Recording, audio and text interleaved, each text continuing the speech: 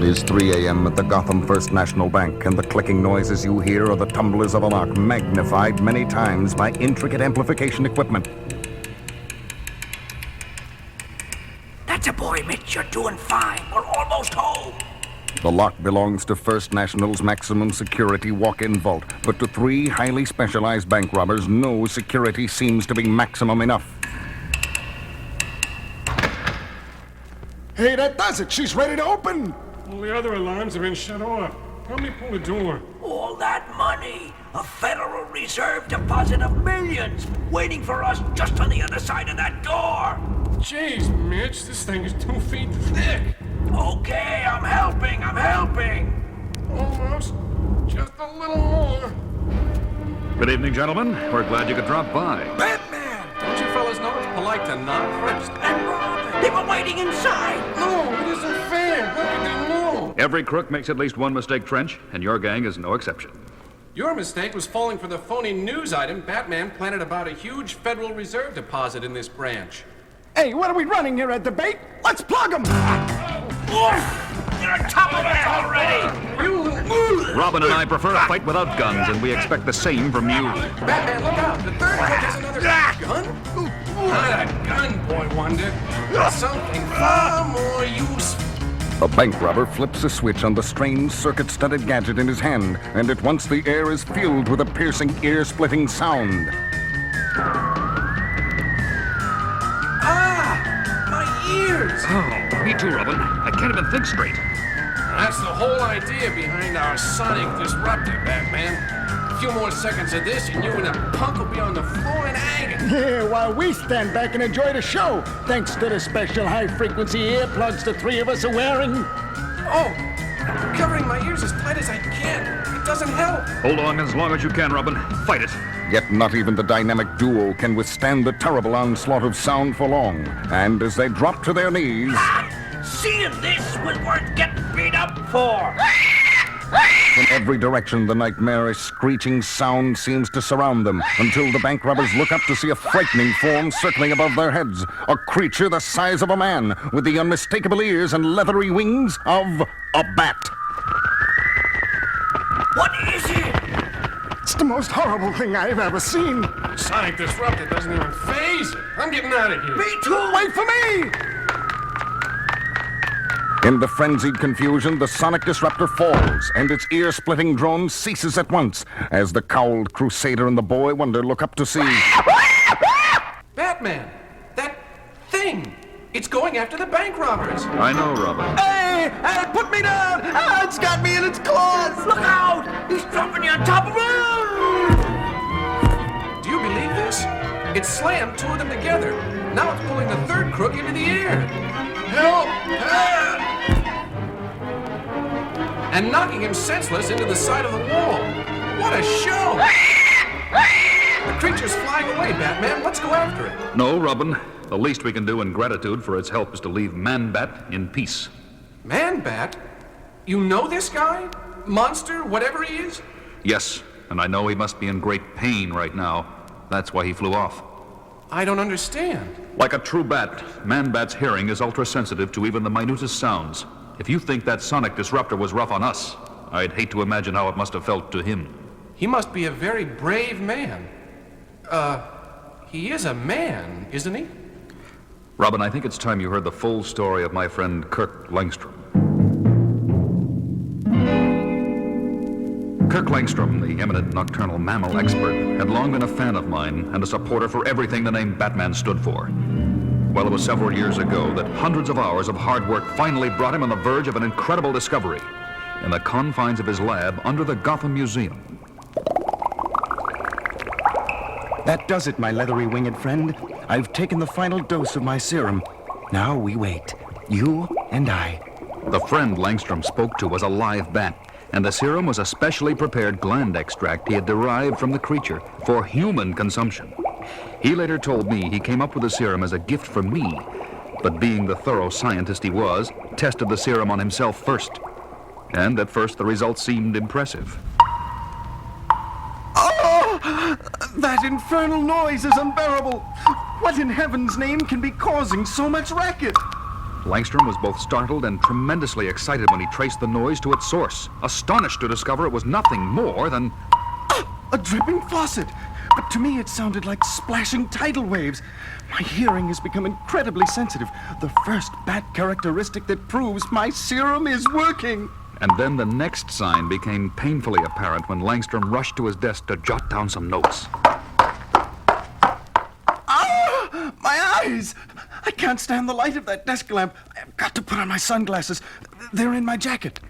Once he found the dark lenses, he put them on and switched off the light, only to get a third surprise. I'm navigating in utter darkness without bumping into a thing. My vocal cords are emitting ultrasonic signals, and my super-sensitive hearing picks them up when they bounce back. I've done the impossible. I now possess the natural radar of a bat. Yes, Langstrom had achieved the impossible, all right, far more so than even his wildest imaginings, because when he happened to look down at his hands... Oh, my God. My hands, they're growing hairy, with claws, like a bat. I don't understand. Can this be a side effect of the gland extract? I'll put on some gloves. It's only temporary. It has to be. But while preparing to go out, he encountered still another ominous sign. My hat! What pushed it off my head? By now, Langstrom already knew the worst, but he had to run to a mirror to see the horrible, ghastly truth for himself. I have giant ears, red eyes, fur instead of skin. This can't be happening. But it is. I've become a man-bat.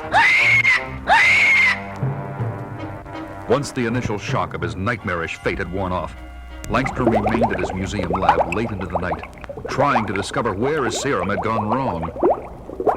Until his work was interrupted by a ruckus in the jewelry exhibit upstairs in the museum. It was the Blackout Gang at work, a group that wore special equipment to enable them to operate in the dark. But that night they were encountering opposition, namely me. It's Batman! We've got the advantage! We can see him, but he can't see us! Jump him! I was badly outnumbered, but with that many rats in my back, anywhere I punched, my fist connected. I was holding my own well enough when all of a sudden... What the places is that? I see it too, but I wish I didn't. This freak is even worse than Batman. Yes, Robin, that night I had a new ally, as Batman and Man-Bat fought side by side to mop up the rest of the gang. You all right, Batman? Sure, friend. Thanks to you. There's so much I need to know about you. No, it's all gone wrong. I want no part of you or anyone else. Don't go! Come back! Let me try to help you! He flew off into the night, and it wasn't until months later that I learned that he was really Kirk Langstrom, and that his once noble mind had become dangerously unstable as a result of the serum. That's some story, Batman. Did it ever have a happy ending? Finally, after several months, I was able to catch up with him and administer the chemical antidote that turned Langstrom back to his human form. Everyone had high hopes for his recovery, especially when Langstrom decided to marry his fiancée, Francine, soon after that. And then what happened? They married, but by that time, Langstrom had relapsed into Man-Bat again. And he persuaded poor Francine to take the gland extract so that she, too, became a bat. It was his way of getting her to prove her love for him. Man, those two have been through a lot. And I thought the worst was behind them, until tonight. Poor Langstrom must have suffered another... You took my Man-Bat away! And for that, you must die! Look out! Langstrom's back, but he's not making sense. Wait a minute, Robin. I think I understand. This isn't Langstrom! Good grief! The thing has swooped up Batman! The fearsome creature of the night and the caped crime fighter locked themselves in furious and frenzied combat over Robin's head. I've got to do something. I know. My utility belt. Quickly, the teen wonder extracts a certain capsule and hurls it upward into the fray, where it breaks open in the face of Batman's monstrous opponent. Good thinking, Robin. That sneezing powder ought to give me the advantage I need. But just as Batman wrenches himself loose from the suffering creature, still another inhuman sound tears through the air. And as Batman agilely lands on the floor... Oh my gosh! Now there are two of them! The Man-Bats are fighting! No, they're not. The second one is trying to calm down the first, and he needs help. The masked manhunter extracts a bat rope and a batarang from his utility belt, and with skills and reflexes honed to absolute perfection, he flings the batarang upward. Right on, Batman! Your bat line is wrapping itself around both of them, binding them together. Now they can't use their wings. And without their wings, Man-bats don't fly. But when the dynamic duo runs up to the grounded inhuman pair, look, Batman! The bigger one's got something in his hand. They're two hypodermic needles. Now I know what to do. and Batman does it, wasting no time and injecting each creature with one of the hypodermics. They're changing, losing their wings, becoming human again, becoming a man and a woman. Oh, Kirk, I'm so sorry. I lost control of myself. To think I would try and kill Batman. It's okay, honey. It was the serum warping your mind. You didn't know. What happened, Kirk? It's all a misunderstanding, Batman. I was long overdue from an expedition in South America, and poor Francine was worrying about me here at home. Yesterday I was rummaging through Kirk's lab, very depressed, and I was so despondent I mistook the bat extract serum for my own drink. The next thing I knew, I was a bat. Once the serum affected her mind, Francine became wildly insane. And when I finally got home this morning, I found frantic scrawls drawn all over the walls, blaming you, Batman, for my disappearance. I get it. So you took a dose of this serum yourself, figuring the only way to stop a man-bat is with another man-bat. That's right. But when I finally located you two a few hours ago, you were up against that terrible sonic disruptor. So I gave you a helping hand with those bank robbers. I'll say you did. That must have been murder on your bat ears.